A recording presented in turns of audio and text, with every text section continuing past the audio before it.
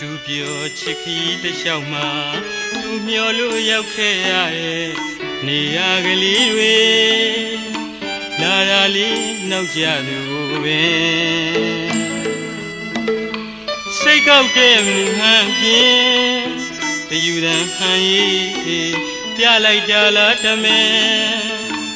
အယူခံလေးတွေလေအချင်းချင်းတန်းနေမယ်မမှန်ချစ်ဝေရှာတွေးထားသလားထင်မမုန်းလောက်ပါပဲစာနာမတွေးတဲ့ရင်ညာတာဘူးအရေးလေဝီးရသူမှာပဲ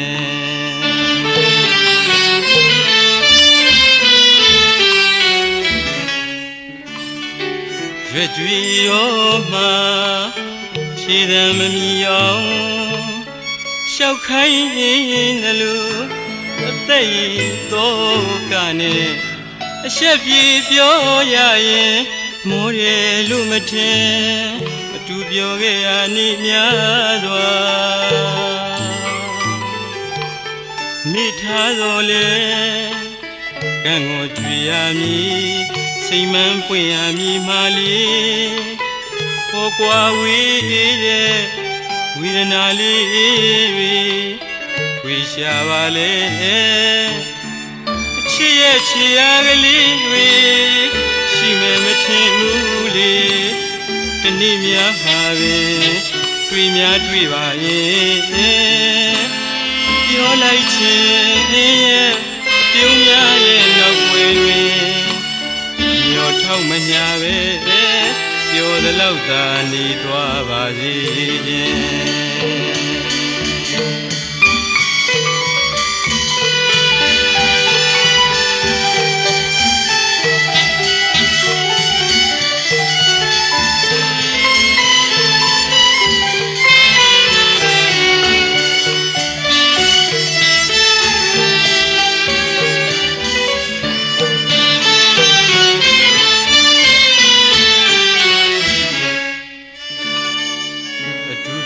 ချစ်ခီးတစ်လျှောက်မှာမျောလို့ရောက်ခဲ့ရရဲ့နေရကလေးတွေလာရာလေးနောက်ကြသူပင်စိတ်ကောက်တဲ့မူဟန်ပြင်းတယူတန်ခံရေးပြလိုက်တာလားတမဲအယူခံလေးတွေလေအချင်းချင်းတန်းနေမယ်မူမမှန်ချစ်ဝေရှာတွေးထားသလားထင်မမုန်းလောက်ပါပဲစာနာမတွေးတဲ့ရင်ညာတာဘူးအရေးလေဝေးရသူမှာပဲ